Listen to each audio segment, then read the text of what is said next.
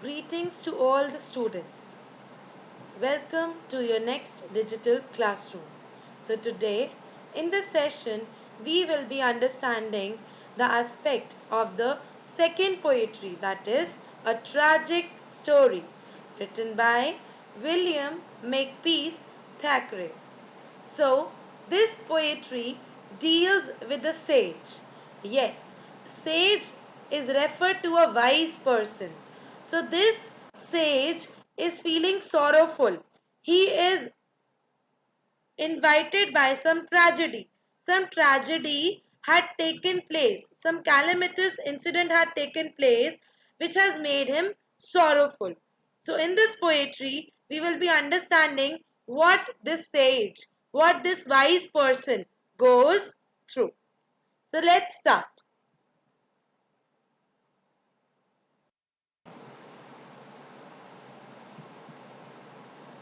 About the poet. We will be first understanding about the life of the poet and what he has done in his life. William Makepeace Thackeray was born on 18th July 1811 and he was an English writer. He was best known for his novels such as The History of Henry Esmond and Vanity Fair. So these were the two best works done by this renowned poet while he was in school. While he was in school, he began writing poetries which he actually published in a number of magazines, chiefly Fraser and Punch. So, since he was a child, since he was a child, from then he had been penning down many poetries and he also got it published. Then he died on December 24, 1863. So, the has taken us to a humorous intact of a sage. So basically this poetry by William Makepeace Thackeray is an amusing. Amusing refers to the humorous thing, something which makes us laugh. So you are going to be, very much interested. You're going to be excited to read this poetry because it will definitely tickle your cheekbones. So here the word sage is used in an ironical sense. So the word sage is used in an ironical sense, which means when we are referring to something opposite that we are saying. Like sage is referred to a wise person, but here with his actions we are referring him as dull-witted, as foolish. So this is irony here. Irony is that we are referring to a sage. We are calling him a sage who is a wise person, but his actions are making him foolish. So the theme also deals with the same thing, like how the wise men lack some kind of a practical common sense. That means they do not bear the common sense which does not acquire from the bookish knowledge but from their own practical experiences. So, the starring features of this poetry are: first, it is the third person narration. The people who are seeing him are the others, then the first person is the sage, and it is a third person narration. Next, it is the use of Old English because here you will hear the words like sage, muse, your, which were used in the Old English, ancient English. Next, it is dramatically presented. A lot of drama, a lot of action is imbibed in this poetry in order to excite the readers. Next, the poetry starts in a traditional way, like there lived a sage in the days of yore. So it is similar to how we start with our stories, like once upon a time we use. Here we are talking about something, there lived a sage. So we are referring it to as a dramatic sense and using a traditional form of welcoming somebody. So we are going to poetry.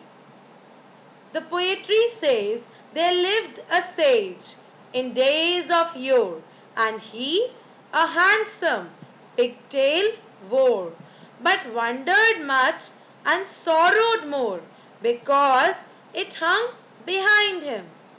He mused upon this curious case, and swore he would change the pigtail's place, and have it hanging at his face, not dangling there behind him. Says he, the mystery I have found, I'll turn me round. He turned him round, but it still it hung behind him. So now I'm going to begin with the explanation of these three stanzas. So here, as you see, the first line, the poet is introducing the reader, that means us, to a sage. Sage refers to a wise person who lived long ago. Yor means long time back, and had a beautiful pigtail, as it says, and he a handsome pigtail wore. That means he was having a very beautiful pigtail, like a pony, behind him. He wondered much. He used to think very much about his pigtail's position, and he was actually anxious. He was wondering more and more as it was hanging behind him, as he would see that his pigtail was always behind him. Why he was wondering? Because that pigtail was very beautiful. So he did not want to hide the beauty of the pigtail. Next stanza says, he mused upon this curious case. That means he pondered deeply, he thought deeply about this curious case. Case refers to the position of the pigtail, and swore he would change the pigtail's place. Swore means he made a promise to himself that he would definitely change the place of the pigtail. The pigtail which is made by tying all his hairs at the back. So he wanted to change the pigtail's position and have it hanging at his face. So he says that he would like to have it at his face. He would like to have it at his face means he would like to have it hanging at his face, not dangling there behind him, and not swinging there behind him. He did not want the position of the pigtail to be behind, but in order to display its beauty, he wanted to have it at his face. Next he says, the mystery I have found, I'll turn me round. So the sage insists, he tells the readers that he has found a solution to change the position of the pigtail. He has definitely found a solution to change the position of the pigtail, and he said that he would turn himself round and round. So he thought that if he would turn round, so his pigtail would come in front of him. Little did he realize that if he would actually turn his face, his pigtail would go just with his head. He did not understand that it cannot come in front of the face. So the sage insists that he had found a solution to change the position of the pigtail, and he said that he would turn himself round, and so he did. So he did, but it still hung behind him. But in vain. Vain means it was of no use, because it hung. Hung is the past tense of hang. So it was still hanging steadily there. Steady means it was continuously there throughout the day. Though the sage attempted to change the position of the pigtail, yet it proved to be vain because it did not change. So students, as we can see that in this particular poetry, we are understanding about a sage, and that sage is having a tragedy, is feeling tragic, is feeling calamitous because the pigtail is not changing its position. Now we will be understanding the literary devices that are used in these paragraphs. So first is the alliteration. As you can see in the second paragraph, you can see that curious case is written. That means C is consecutively repeating here. So we will be using the alliteration. Next is the visual imagery. Like he says that he turned him round. So the poet is actually trying to create an image in our mind with the use of these words. Next is the hyperbole. Hyperbole refers to the exaggeration. As you can see, that curious case, muse. So the poet is trying to exaggerate, trying to intensify the thing. Next. So the poet says, then round and round and out and in, all day the puzzled sage did spin. In vain it mattered not a pin. The pigtail hung behind him, and right and left and round about, and up and down and in and out. He turned, but still the pigtail stout hung steadily behind him, and though his efforts never slack, and though he twist and twirl and tag, alas, still faithful to his back, the pigtail hangs behind him. So, the first stanza that is there on this page, as you can see, the perplexed sage. So the sage is confused here, and he's turning round and out and in, and continuously throughout the day he's making certain movements. Even though he turns continuously throughout the day, the pigtail was so stubborn that it was still hanging firmly behind him. So this stanza deals with all the movements that the sage is making. He's spinning, he's turning round and out and in, but it is not mattering even a pin. That means it is not even mattering even small like a pin. But the pigtail is still there behind him. And then he turned to his right and left, and even he turned round and he turned up and down and in and out. That means the sage has tried every attempt. He has made every attempt. He turned right, he turned left, he turned round, he turned up, down, in, out in order to change the pigtail's position. But the pigtail remained thick. Thick means stubborn. That means it was not ready to change the position. So stout here refers to stubborn.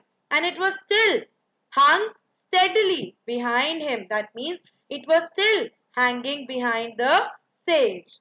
And though his efforts never slacked, slack means they were never less, they were never little, they were never slackened. And though he performed various movements, though he performs various movements like he twisted, he twirled, he tagged, yet the poet is expressing his sorrow with the exclamatory word alas.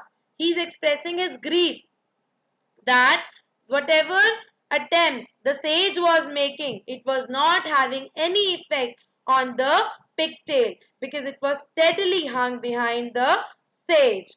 So he tries to express his sorrow in a humorous way. Humorous means in a funny way, and says that he tried his best. He tried his best to change the position of the pigtail, but the pigtail was very faithful to the back.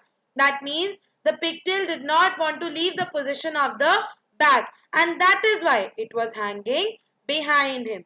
So as you understood that we use the word sage here for this for this human being, but whatever he was doing, was it prudent? No, it was not at all prudent. It was not at all logical. Whatever he was doing, it was illogical. So the theme of this poetry deals with the way how the learned men, how the wise men actually are not using their common sense in some things. So now we will be understanding the literary devices. So the first line, as you can see, round and out and in. So here you can see the syllable O. The sound of O is again and again repeated. So this is assonance. Assonance is a literary device in which, in the rhythmic manner, some syllable is repeated. Next is the alliteration. As you can see in the third last line, though he twist and twirl and tag. So again and again, the word T, the alphabet T, is repeating here. So this again states the alliteration. So you can see many alliterations here. I have just told you some. So now we will be recapitulating all the literary devices once again. Alliteration. Here one example is given to you. Twist, twirl and tack. So T word is repeated here. Assonance. Round and out. As you can see, assonance of word alphabet O. Next, visual imagery. Creating an image of sage rotation. How with out, round, in. These words we are able to create the imagination of the sage rotation. Next is the hyperbole, as I told you, exaggeration. Like say he says a mystery I have found, or the curious case, or muse. These are the words that are exaggerating the situation. And as I told you that this poem is ironical, this poem is ironical about telling a sage. We have actually indicated that person as a sage. So sage is actually a learned man, a wise man who can never make such kind of illogical decisions. So here, with the way he was illogically behaving, states the theme that even the learned men can have some impractical common sense. Thank you all.